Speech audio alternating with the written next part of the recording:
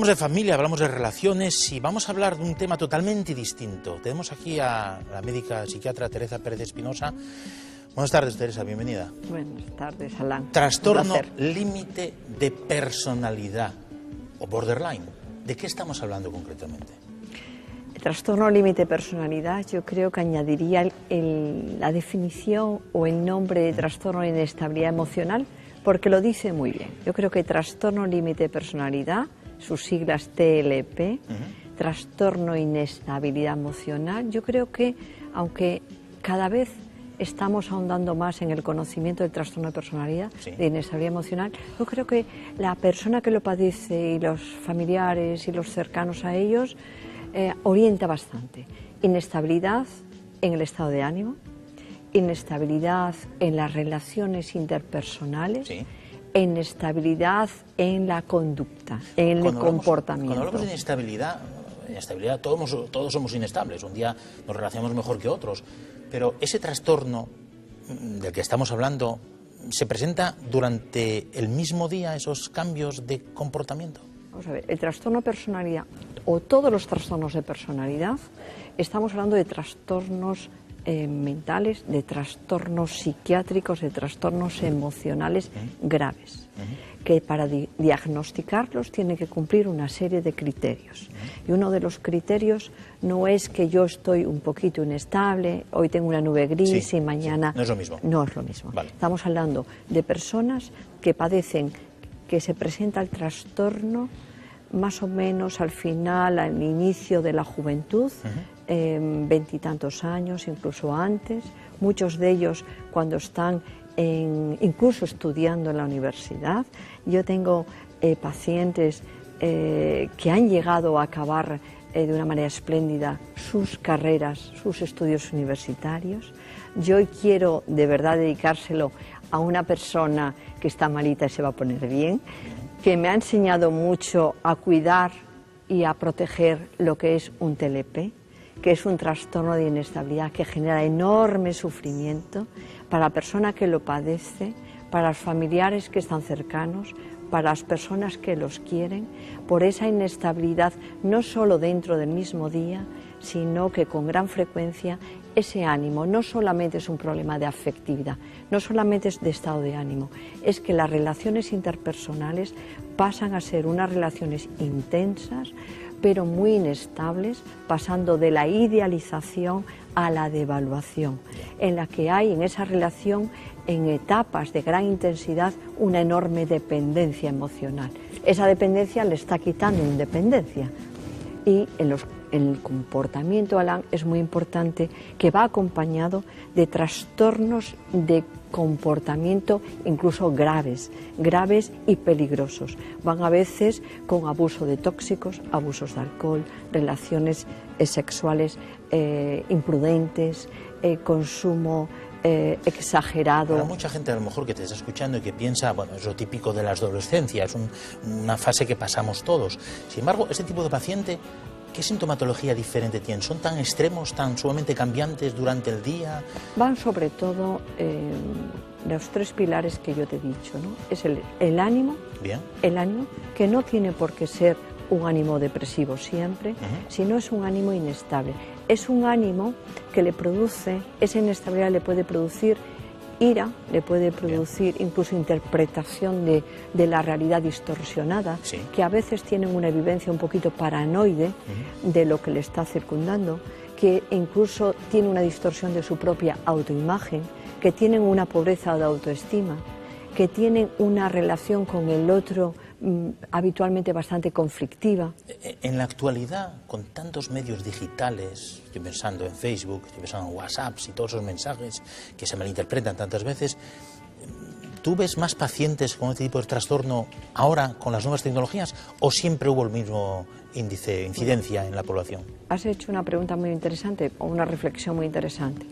Los trastornos de personalidad y sobre todo el trastorno límite de personalidad está aumentando en frecuencia. Su prevalencia viene a ser de 1,5 a 2% de la población y además es el doble de frecuente en las mujeres que en los varones. Es decir, 2 mujeres por un varón, 2 mujeres jóvenes por un varón. Es decir, del 1,5 a 2% de la población padece un trastorno límite de personalidad, de lo cual estamos hablando de una prevalencia muy alta y sobre todo de un trastorno de personalidad, que es muy importante hacerle un diagnóstico preciso y un diagnóstico precoz. ¿Quién hace el diagnóstico precoz? ¿Quién puede detectar eso? ¿El paciente? ¿La familia? ¿El médico de cabecera? ¿Quién? La persona que lo padece muchas veces es el que acude a la consulta. Otras veces son los familiares porque está predominando muchas conductas muy anómalas. Por ejemplo, es el trastorno de personalidad que va más acompañado de conductas suicidas, de gestos autolíticos, de autolesiones. Es muy típico la llamada de un familiar que te dice: mi hija de 20 y tantos años, que es muy inestable, que me preocupa mucho el mundo, cómo se relaciona con los demás, se ha hecho cortes, ¿no? De las autolesiones es muy clásico los cortes que ellos se realizan con cuchillas, se infringen daño. Ese sentimiento que tienen de vacío, que lo define así, este trastorno, dice: tengo un sentimiento de vacío, y tiene sobre todo un sentimiento de abandono. Es decir, el sentimiento de abandono, bien sea real o imaginario, es el que genera enorme sufrimiento. Es decir, hasta pequeños abandonos, que son pequeños desplazamientos incluso de la familia. Solo saber esta persona que tiene este trastorno de inestabilidad emocional, saber que sus padres se van a ir de fin de semana, que no la van a llevar de vacaciones simplemente porque se van a desplazar a León o van a hacer una pequeña vacación. Eso lo viven con una tremenda sensación de abandono. No me quieren, no me importo. Y entonces se desencadena un pensamiento de destrucción, ¿no? No sirve para nada, me quiero morir, no lo puedo soportar. Es de tal dramatismo, sobre todo yo como psiquiatra, que tengo mis clínicas y que verdaderamente parte de mi actividad y la de mi equipo es el trastorno de personalidad y el trastorno límite de personalidad, que muchas veces por ese sufrimiento y esa gravedad tienen que llegar a ingresar. Los que convivimos con ellos somos los que lo entendemos. Teresa, ¿cuál es el tratamiento de ese tipo de paciente? Vamos a ver, cada vez se sabe que el tratamiento es, digamos, de mejor pronóstico, siendo grave, de mejor pronóstico. Hay tratamientos farmacológicos que normalmente van acompañados de estabilizadores del estado de ánimo, que van con pequeñas dosis de neurolépticos y a veces de antidepresivos, porque una de las patologías o de la sintomatología o de las clínicas que va acompañando es la de depresiones graves. Además del tratamiento farmacológico, es muy importante el apoyo psicoterapéutico, el abordaje psicológico. La familia tendrá un papel fundamental. La familia siempre tiene un papel fundamental. Lo que ocurre es que no todo el mundo tiene la suerte de tener una familia adecuada, una familia receptiva. Eso es un tesoro, eso es un lujo. Entonces los profesionales tenemos que tirar también de las familias con mucho respeto, con mucho cariño, y darles un mensaje de que quítela el complejo de culpa. Es decir, no son culpables, porque además en el trastorno límite de personalidad, Alan, hay un factor importante en la etiología, que son factores genéticos. ¿Factores genéticos? Factores genéticos. ¿Hay antecedentes familiares? Hay antecedentes familiares de personas que padecen de trastornos límites de personalidad. Pues mucha gente, esa gente no está diagnosticada, ¿no? Hay que ver, Alan, que te comentaba antes, es decir, es a partir de los años 80 cuando empezamos a hablar de los trastornos límites de personalidad. Lo han llevado al cine muy bien los americanos, pero verdaderamente hasta esa época la mayoría de los pacientes que al final vemos que hay un trastorno grave en su estructura personal, que padecen de un trastorno límite de personalidad, antes han estado diagnosticados de distintos diagnósticos clínicos, incluso de esquizofrenias, esquizoafectivos, bipolares. Yo cuando empecé en el psiquiátrico, cuando casi el celador te traía a una urgencia y nos traía así de historias, sus historias clínicas eran gigantes, veíamos que en cada año que iba, más o menos parecía como la bolita en la ruleta, ¿no? Un profesional durante una etapa le ponía el diagnóstico de esquizofrenia, después de otro, y al final lo que había era un trastorno límite de personalidad.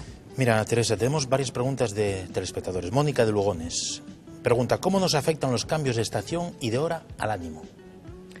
Bueno, hay personas que son muy sensibles a los cambios estacionales, hay depresiones que empeoran por la mañana y mejoran a lo largo del día.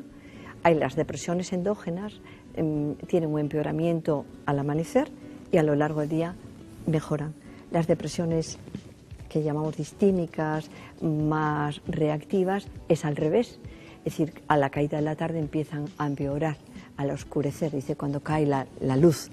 Y en cuanto a las estaciones, hay personas que efectivamente te dicen que a ellos el cambio de estación, sobre todo el de otoño, sí, realmente empeoran. Pero realmente hay personas que padecen de depresiones y son independientes de la estación. Lo mejor es acudir a un médico psiquiatra como Siempre, tu caso. Siempre hay que ir a un profesional de salud mental. Otra pregunta, Ana de Gijón. Si sufro una depresión durante el embarazo, esta pregunta es interesante, ¿eh? ¿Puede mi hijo ser propenso a padecerla? Vamos a ver. La depresión durante el embarazo, una depresión durante la gestación, no es que lo vaya a transmitir al bebé por vía placentaria. Una persona embarazada que tiene un cuadro depresivo, hay que atenderla y probablemente estamos hablando de sin conocer el caso, hay que estudiar qué le pasa, pero por vía placentaria tú no pasas tu predisposición porque has padecido la depresión. Lo que ocurre es que hay depresiones, como pueden ser los trastornos bipolares, que efectivamente tienen una carga genética. Entonces, si esa persona está embarazada y tiene un trastorno bipolar, pues evidentemente ese bebé puede ser, pero probablemente sí o no tiene por qué obligatoriamente. Pero eso que está preguntando la persona preocupada de que yo durante el embarazo he padecido un ánimo bajo o muy depresiva o la depresión posparto, sí, no tiene por qué pasar por vía placentaria. Lo que tienes que tener buena ayuda, una buena ayuda psicológica. Buen médico psiquiatra como tú. Correcto. Hay muchas llamadas de personas que nos están preguntando cosas y acabas de hablar del bipolar.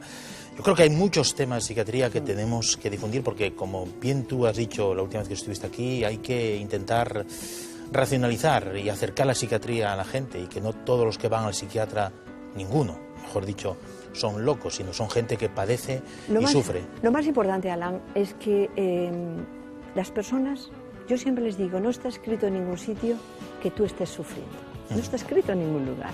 Lo más importante, tengas cualquier trastorno emocional, cualquier trastorno psiquiátrico, independiente de lo que sea, tu sufrimiento lo tienes que compartir. Tu sufrimiento no te lo tienes que tragar. Claro. El familiar que te está viendo padecer no tiene por qué quedar separado. Tiene que atreverse a buscar una solución. No va a ser el que le trate, pero sí va a ser, si yo te veo a ti sufrir, Alan, mi obligación además moral, es ayudarte. Y yo te tendré que poner en las mejores manos posibles. Eso es nuestro mensaje. En tus manos, por lo que veo, Teresa. Muy interesante, como siempre, lo que nos cuentan. Y bueno, vas a tener que volver para seguir hablando de tu especialidad, la psiquiatría. Para mí será un placer poder ayudar a todos. Doctora, médico psiquiatra Teresa Pérez Espinosa, muchas gracias. No te vayas, porque a lo mejor esto que viene a continuación igual te puede interesar.